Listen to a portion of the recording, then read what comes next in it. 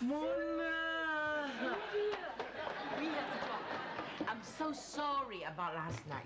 For what? For what? Does this sound familiar? Boom. Oh, you mean D-Chop. He's okay, don't worry about him. I'm more interested in you. Me? I have a business proposal for you. What kind of business proposal? The kind that will make you rich. Oh, I like that kind of business proposal. How does this sound? Lydia Lim. Lam. Lydia Lum, the life guru. Huh? I like the sound very much.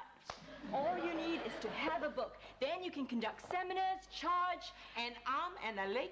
per head. And as your manager, I can make you as rich as D-Chop. Not that you have to be rich to be happy. Oh, of course not. Can I dedicate the book to my friend Usha? I don't see why not. I'll do it! Yes, excellent. Hi, Desiree. Thank you so much for coming onto my show. Thank you for having me. So, upon first looking at you, you look super sultry and exotic. So, what ethnicity are you? Well, I am a mutt, as they call it. It's a mix. Both parents are very mixed. My father is half Indonesian, half Chinese, and my mother is Spanish, Filipino, Dutch, Portuguese. So all of my grandparents are different. We were talking earlier how saying that you can pull off pretty much any ethnicity, right? You could be Indian, you could be Vietnamese, anywhere from Southeast Asia, and you can also be, Caucasian, mixed with other stuff. How do you feel about that? Well, as an actress, I think it's great because I can play so many roles. I look at them like, oh, it's for a tiger. Great, okay.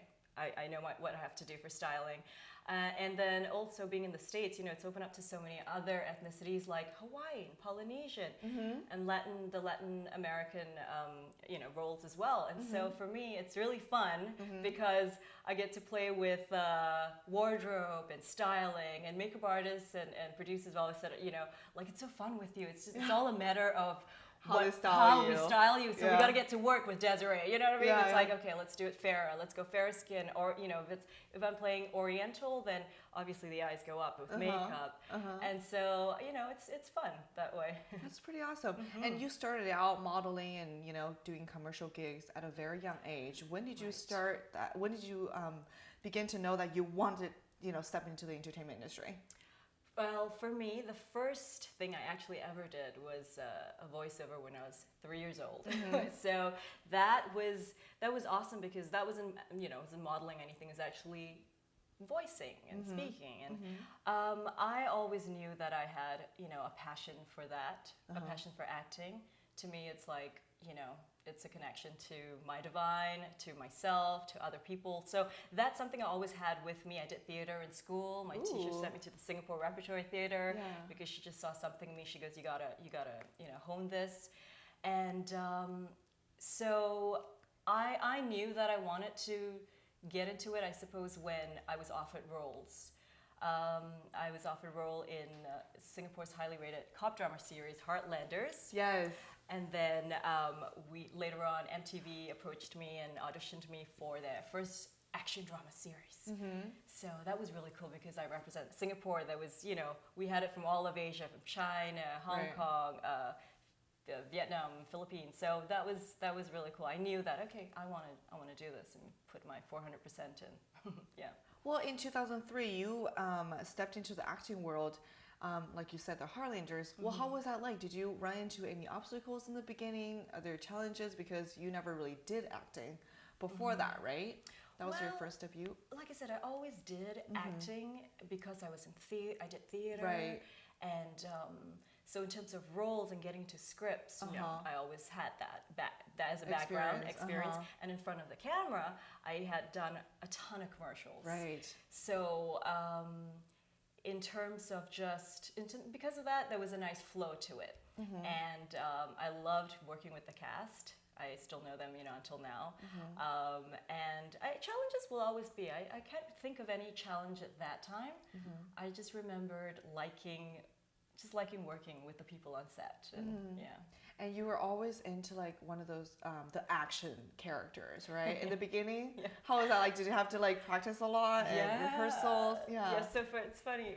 I did for Rouge. I had to be very Yeah, that was an action drama series. So we had to, we had a lot of training for that. Yeah. And we did some martial arts too. And I remember there was one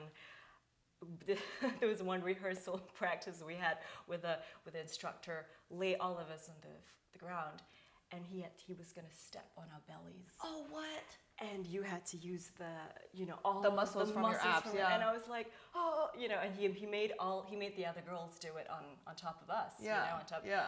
And so this cute Filipino actress, Mariel Termola, she was like, I don't want to do it on Desiree's stomach, it's so small, And I remember having a lot of fun, even though it was really tough and really rigorous, because, it's cool. We had a lot of training with the Glocks, with the guns, yeah, because we had to deal with some explosions as well. Yeah. And I think that sort of thing is always, great for an actress. It's just honing a different set of skills. So though it was tough, I totally, I enjoyed it. I enjoyed learning and building muscle. Yeah, I know. I can see that you're very toned. So do you enjoy more action series, or do you like more drama, more sentimental genres? Because I believe I'm kind of multifaceted. I like it across the board. But for me personally, I think that I'm very drawn to drama. Yeah. Drama, telling that story, with high emotions. And I have done comedy, which I like. It's always very fast. But comedy here is challenging. Comedy is definitely challenging. Especially for a woman, right? You have to kind of play down your character for able to, for comedy. So how do you feel about that? Like, what kind of comedy? Play down, like Tina Fey, right? You kind of have to make fun of yourself. Right. You know what I mean? For comedy for a woman. I love that, though. Yeah, I mean, in personal life as well, I do like. The funny thing is, you have funny friends. Yeah. And the reason why they're so funny is because if you think about it, people that are funny, they know how to self-deprecate. Exactly. You self-deprecate, you look like a fool. Like, some people, I have a friend that's she's great with physical comedy. And I'm like, why? Because she looks like an idiot. She contorts her face, but it's great, Yeah. So, I mean, I think, and a lot of comedians I think are very intelligent, and they actually have a very, very deep, darker side. So I think there's a lot of depth. And when you have a lot of depth within, a lot of emotions, a lot of, like I said, facets, there's just different ways to tell your story, to connect to the human race, to connect to humanity, so. But then again, you're the cover girl for Singapore Maxim. Yeah. Yeah. And for, a lot of people look at you, it's like, oh my God, you're this amazing goddess. They put you on a pedestal. And how do you feel playing comedy when someone, when other people look at you in a certain way? That's what I mean, yeah. Well, that's a good question. I think it's even better because that juxtaposition just goes, whoa, And it just comes out, surprises everyone. That's right, yeah. And I do like that, like, that's life, all that, the element of surprise. And people like to stereotype and put people in boxes, And why do that? Human beings are complex. So how about just, show them that complexity, and I like that. I would like to do something like that, even though if their perception of me would be like what you said, that's the notion, give them something different, So right now you're actually featured in Whispers of the Dead, one of the most hit drama shows in Singapore. So tell us about your characters in that show. In that TV series, I play a forensic pathologist, and that was all the stories are based on true Singapore cases in Singapore. So it's kind of like the criminal minds in that sense, and I play a forensic pathologist that starts out as a professor, starting out as a 65-year-old woman, and it dates back to all the stories in the 60s, 70s, 80s. Oh wow! So. That was really exciting for me to work on because I got to be a different person of myself at a different age. My voicing was different. How did you channel that within you to play, a character of different age groups? That's such a big challenge. Yeah. I guess it's drawing from. If I'm not 65, I don't know everything. Exactly. But it's whatever wisdom I have that I personally have, I latch on to that for my forensic pathology. Do you know what I'm saying? Yeah. Oh my God. But that was fascinating. It was also fascinating to see how people reacted to me on set when I'm that 65-year-old woman with my gray hair, my pearls. and how they would be like, ma'am, Yeah. you know, on set. And then when I'm in my, you know, 60s outfit or 70s bell bottoms, and they're like, hey, Desiree, you know, it's like a different vibe. The way you came on, look at how people, it's interesting. It's like a little experiment that I was having on for myself. Yeah. Well, but are you in that character for a whole week? You know, when you have to play a 60-year-old, are you putting yourself in that character for like a couple of days or just to get used to it? With the scripts came in actually pretty fast. With TV, sometimes you get it the day before even. You gotta, you know, you gotta hustle with that. So I didn't have that much time to prepare, but what was interesting and was challenging was that on some days we played 3 different eras. So we always start with this older woman because you got to sit in the makeup chair for hours, right? Exactly. We're doing the face and the latex and everything, and then you know, like halfway through in the day, maybe noon, I have to completely do my you know, straighten the hair and get into 70s, and then at the end of the day, you know, I've had to curl my hair and go into a totally different. So that was cool for me because mentally too, it was the different age. How am I like it? My 20s, 30s. 40s. It's like, what am I? How old am I now? 19? Okay, yeah, 40. Yeah, okay, yeah. So that was challenging, but very interesting and exciting for me.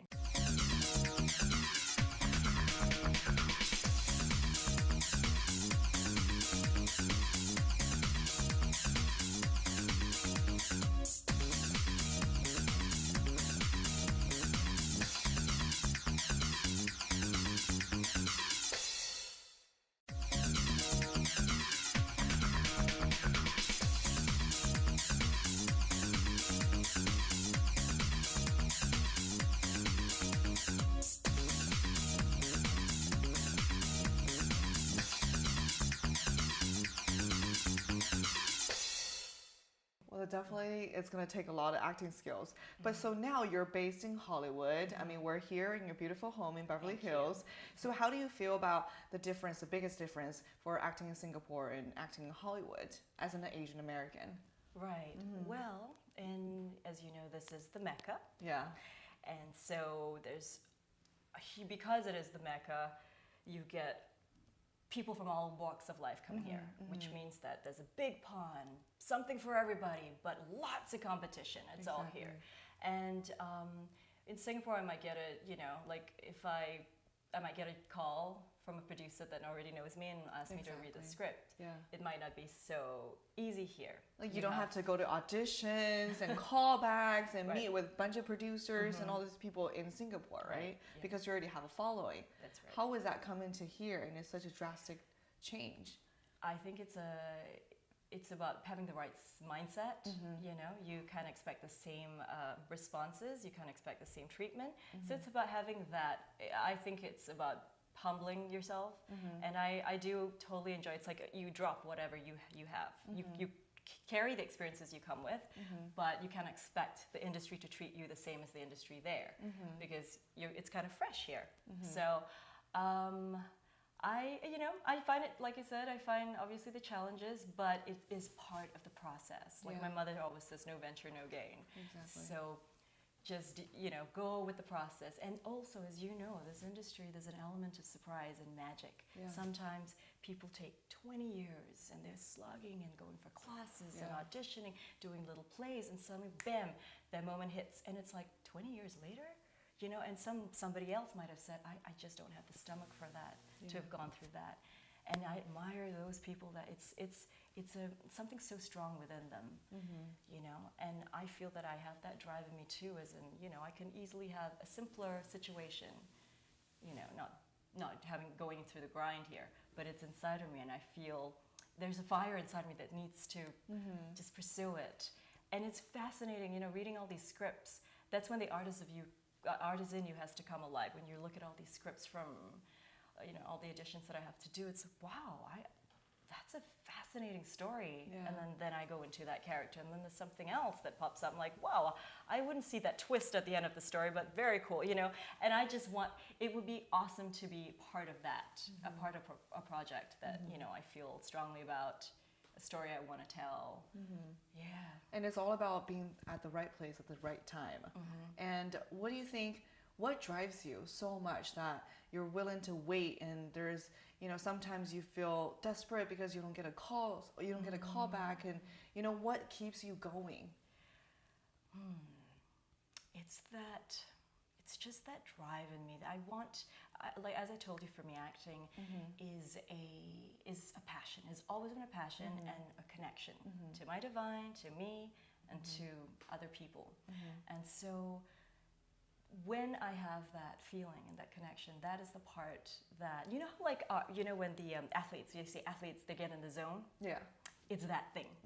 It's the same thing for me. That's the equivalent. It's just like, whoa, this is like, you're in the one. It's your destiny. You're in, and it's right. Zone. You know you're in the right path, the right thing you have to do. And there's no, no reason you can give anybody. It's just, it. So that's what I feel. So do you feel like nowadays there's more and more Asian American representations in the mainstream TV and film market? Yes, I do. I do. Just like looking at certain TV shows that have all Asian cast, like Fresh Off the Boat. Yeah. There's actually, they just declared the Fresh Off the Boat Day. Really? Yeah. When was that? Fresh Off the Boat Day. Yeah, it was at the beginning of May, but yeah, it was amazing. So more Asian American actors are coming up. And because there's so many other, it's not just mainstream TV networks right now. You've got Netflix, Amazon, Hulu, and all the other streaming, TV streamings right now. So it's giving more opportunities for actors to shine. And because these channels and avenues like Apple TV, Android TV, they're all they're international. So because it's international too, now the stories have to also have the cast of an international arena. So I think that in that regard, it's helping a lot of Asian American actors right now, and also, like, as we see Maggie Q on TV, like when she did Nikita, to have a main actress, recurring character in a mainstream TV market, that's just insane. But it gives hope to the other Asian American actors out there to go, oh wow, okay, there is an avenue, there is a destination. And it's a lot easier for you because you already have a background, you have so many experiences. For example, the Marco Polo, I'm fangirling so hard right now because you worked with Ian. That's every girl's dream. How was that like? Every girl's dream. Oh, well, he was wonderful. He's such a delight to work with. Ian is such a big-hearted, generous guy, and he's very charming too. Yeah. That's why all girls like it. It just translates on screen when you see him. It was wonderful working with him. We were in China. Yeah. Yes. Wow. Yeah. Hengdian. Oh, have you been there before? Well, I've never been there, but I know that's where they shoot a lot of movies and stuff. Yeah, they do. House of the Flying Daggers, Curse of the Golden Flower. Exactly. In fact, it's strange. When I think we were there, they were filming Curse of the Golden Flower. Oh, Curse of the Golden Flower. Yes, because I was doing a film with David Carradine, and we were actually the first American production to be there in Hengdian. Wow. Yeah, and so we actually paved the way for other American folks to come there because no one spoke. Hengdian, it's just a strip, and that big, beautiful Hollywood sets made to it's fit to scale like the not Universal, the well, which one? The palace in China. Oh, Imperial Palace. The Imperial Palace. Okay. And so, so it's great. It's so gorgeous and big, and then it's more village-like too, and no one speaks English. So thank God for my Mandarin. I was the translator to a lot of the East and the West. So like. Wow, your Mandarin is that good? Well, that's the thing. For me, it's so strange when I'm in an environment. When my environment changes, I pick up the language like that. And I was like talking to these, even my accent, I was like, oh, 可以少一点啊, 可以吗? The Beijing accent, right? Oh my gosh, what was going on? Oh my God, that's so cute.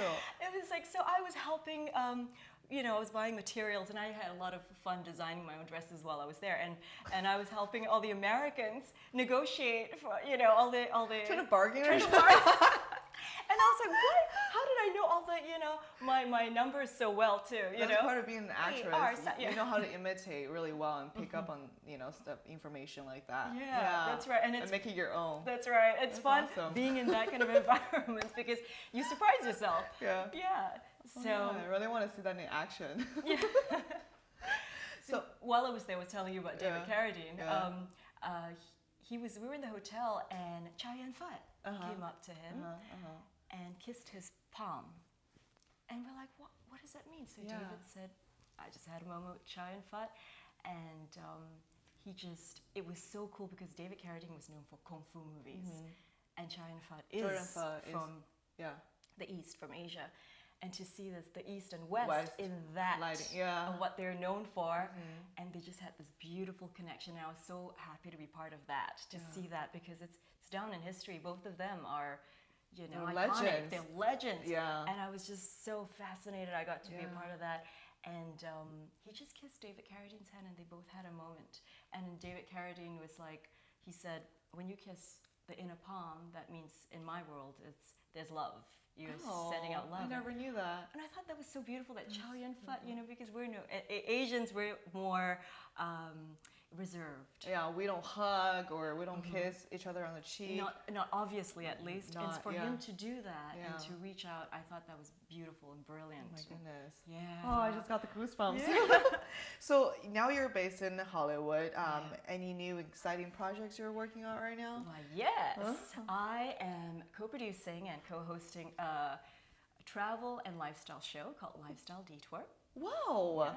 Is it on what channel is it? Well, it's going to be aired and streamed through Apple TV, the Roku channel, Amazon Fire TV, and Android TV.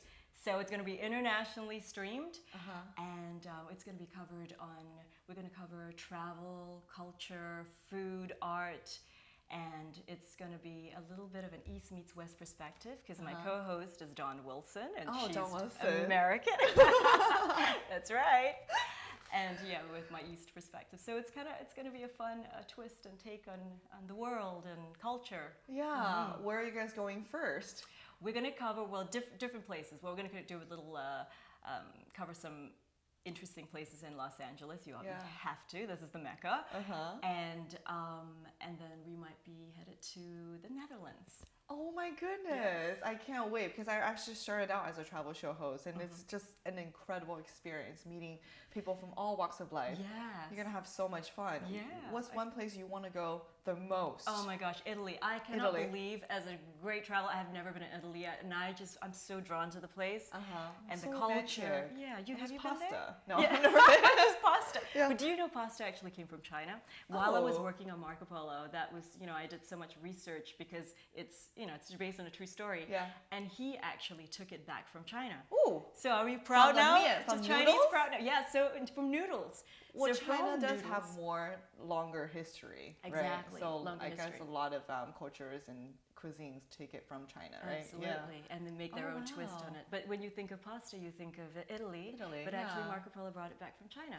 Wow. He also took ice. It's also ice cream and currency. Wow, that is very nice to know. Yeah. Well, I can't wait to see your new show. I love anything with traveling and food and all these experiences, and you're going to be so great in it. Oh, thank you. I can't wait. Thank you so much, Desiree, for sharing all your stories with me. Thank you so much. Thank you for having me. 好的，以上就是本期对话好莱坞的全部内容了，感谢大家的收看，我们下一周同一时间再见了，拜拜。Years I've been traveling in the service of the Khan. I know. Many years ago, 2 girls were stolen from their clan. One was given by the Khan to his favorite, and the other was sent to the House of Women.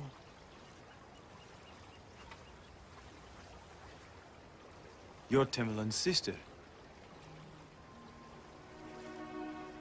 Of course. My sister told me about you. Before Timurlen died, she asked me to look after you, to make sure you had a protector, but I didn't know what she meant. And by the time I found out, it was too late. I betrayed her. But she would have found a way to escape some other time. She never loved me. I know that. But you didn't try to force her to. You let her be who she was.